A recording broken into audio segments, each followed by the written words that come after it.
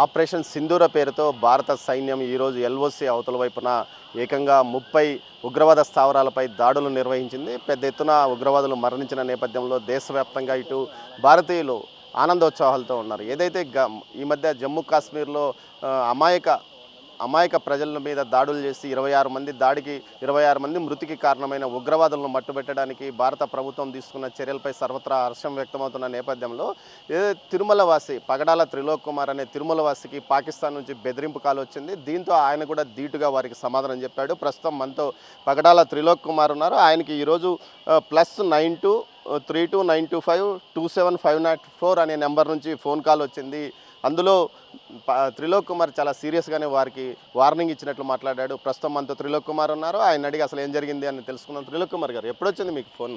Sir ఇవాళ 10:25 10:26 అంతే అండి. 10:26కి వచ్చింది. ఏం మాట్లాడాడు మీతో? ఫస్ట్ అతను నా పేరు అతను చెప్పాడు. ఫస్ట్ ఆఫ్ ఆల్ నా పేరు నువ్వు త్రిలోక్ కుమార్ అని అడిగాడు. అవునని చెప్పా, హిందీలో అడిగాడు. తర్వాత మా అబ్బాయి పేరు దినేష్ అది అడిగాడు. అవును అన్నాను. ఏం కావాలి అసలు ఈ 2 పేర్లు అడిగేటప్పటికి ఫోన్ చూసినప్పటికీ ఎవరు వీళ్ళని చెప్పి చూసేటప్పటికి అది పాకిస్తాన్, లాస్ట్లో పాకిస్తాన్ కనిపిస్తుంది. నాకు కొంచెం ఏదో ఇది అనిపించింది. ఫస్ట్ మామూలుగా ఈ కాల్స్ వస్తాయి కదా, ఈ డబ్బులు గుంజేదానికి, దొంగతనం, డిజిటల్ అరెస్ట్ ఇలాంటివన్నీ ఉంటాయి. అలాంటి కాలేమో అనుకున్నాను. కాసేపటి తర్వాత అది పక్కన చూస్తే పాకిస్తాను అని కనిపించింది నాకు. సరే నేను కూడా కొంచెం గట్టిగానే అసలు నువ్వు ఎవరు, నీకేం కావాలన్నట్టు నేను కూడా గట్టిగానే అడిగాను. దానికి అతను ఏదో ఒక ఆఫీసర్ అన్నట్టు ఒక హిందీలో సో ఆఫీసర్ అంటూ ఉర్దూలో మాట్లాడా, హిందీలో మాట్లాడా? సార్ నాకైతే హిందీలాగా బాగా అనిపించింది. బై ఛాన్స్ ఉర్దూ ఉండొచ్చేమో, ఎందుకంటే ఉర్దూ నాకు తెలియదు. ఏమన్నాడు మీతో హిందీలో? అతను హిందీలో అనేది వచ్చి మా పేర్లు, మా కుటుంబ సభ్యుల పేర్లు చెప్పిన తర్వాత ఇది పాకిస్తాన్ కాల్, ఫేక్ కాల్ అని అర్థమైన తర్వాత నేను గట్టిగానే ఎదుర్కొన్నా. అసలు ఎవడరా నువ్వు ఏం కావాలన్నట్టు మాట్లాడడంతో అతను వెంటనే ఇంకో 5 నిమిషాల్లో నీ ఇంటి పైన, నీ చుట్టుపక్కల అన్ని చోట్ల బాంబులు వేస్తాం, నువ్వు నీ కుటుంబ సభ్యులు అందరూ చచ్చిపోతారు, మీరు ఎక్కడ ఉండేది నాకు తెలుసు, అందుకే మీకు మీ పేర్లు కూడా నేను చెప్పగలిగాను అనే విషయాన్ని అతను ధైర్యంగా చెప్పాడు. వెంటనే నాకు కోపం వచ్చింది. ఇది పాకిస్తాన్ కుక్కని అర్థమైపోయి, ఒరే నిన్న రాత్రి కల్ రాత్ ఆప్గా నో బేచారే కిసినే నై పకాడా తెరా అని చెప్పి నేను కూడా కొన్ని పౌరుషమైన పదజాలాన్ని వాడుతూ అతని హిందీలో, ఎందుకంటే ఇక్కడ దేవుడి ధర్మాన్ని వ్యాపారస్తుంది కాబట్టి 4 భాషలు స్వామివారి దేవుళ్ళు అవ్వచ్చు కాబట్టి నా వల్ల అయినంత ఇదిగా నేను అతనికి ధీటుగా సమాధానం ఇచ్చాను. ఈ జరిగిన వెంటనే నేను ఇమీడియట్లీ 100కి డయల్ చేశాను. 100కి డయల్ చేసి జరిగిన విషయాన్ని వాళ్ళకి తెలియపరిచి, ఇలా ఉంది, ఏదైనా జరిగినప్పుడు వెంటనే మనం పోలీస్ చేయడం ఫస్ట్ తక్షణ కర్తవ్యంగా. నుంచి ఎలాంటి రెస్పాన్స్?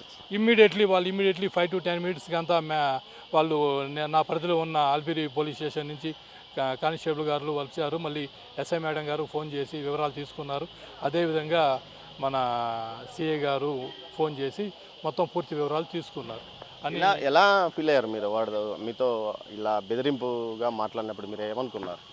సరే, అతను బెదిరింపు మాట్లాడినప్పుడు ఫస్ట్ ఆఫ్ ఆల్ నాకు ఏమీ చేసుకోలేని, తిండికి కూడా గతిలేని ఈ పాకిస్తాన్, దుస్థితిలో ఉండే ఈ పాకిస్తాను ఏదో ఆకతాయి చర్య, పిల్ల చర్య అనేది నా మనసుకు అనిపించింది.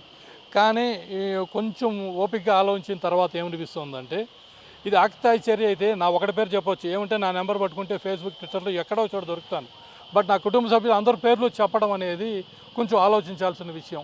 పైగా ఇది టెంపుల్ సిటీ తిరుపతిలో నేను కాపురం ఉంటాను, తిరుమల వ్యాపారం చేసుకుంటాను కాబట్టి ప్రసిద్ధిగాంచిన తిరుమల క్షేత్రాన్ని, తిరుపతి టెంపుల్ సిటీకి దగ్గరలో ఉన్న నాకే ఈ విధంగా రావడం, నా కుటుంబ సభ్యుల పేర్లంతా చెప్పడం, అతని బెదిరింపుకి నేను భయపడలేదు. కానీ వేరే ఏ విధమైన సంఘటనలు జరగకుండా ఇక్కడ మన భక్తులందరికీ బాగుండాలని నేను ఇమీడియట్లీ పోలీస్ వారికి తెలియజేయడం జరిగింది. Okay, thank you.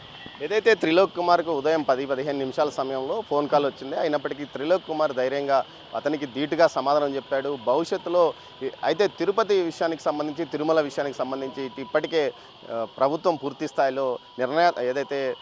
స్థాయిలో చర్యలు తీసుకుంది. ఏకంగా అటు జమ్మూ కాశ్మీర్పై దాడి జరిగిన నేపథ్యంలో పెద్ద ఎత్తున తనిఖీలు ప్రారంభించింది. దీంతోపాటు మాక్ డ్రిల్స్ నిర్వహిస్తుంది. భక్తులు ఏదైనా ఉగ్రదాడి జరిగినప్పుడు భక్తులను ఎలా కాపాడాలి, భక్తుల మీద అటాక్ జరిగినప్పుడు ఎలాంటి చర్యలు తీసుకోవాలన్న విషయం మీద ప్రతిరోజు ఇటు జిల్లా పోలీసు ఉన్నతాధికారులు క్రింది స్థాయి సిబ్బందికి శిక్షణ ఇస్తున్నారు. దీంతోపాటు ఆక్టోపస్, టీటీడీ, విజిలెన్స్, ఇతర అధికార యంత్రాంగం పూర్తి స్థాయిలో సన్నద్ధమైన పరిస్థితి తిరుపతిలో కనిపిస్తుంది. మొత్తం మీద అయితే పగడాల త్రిలోక్ కుమార్ ధీటుగా ఏదైతే పాకిస్తాన్ నుంచి ఫోన్ చేసిన వ్యక్తికి సమాధానం ఇచ్చి, ఏదైతే భారతీయులు ఎక్కడ తగ్గేవారు కాదో, అవసరమైతే మిమ్మల్ని మీ అంతు చూడడానికి కూడా మేము సిద్ధంగా ఉన్నామంటూ అతనికి హెచ్చరికలు చేసిన నేపథ్యం కూడా కనిపిస్తుంది. కెమెరా పర్సన్ పురుషోత్తంతో దామోదర్, తిరుమల నుంచి.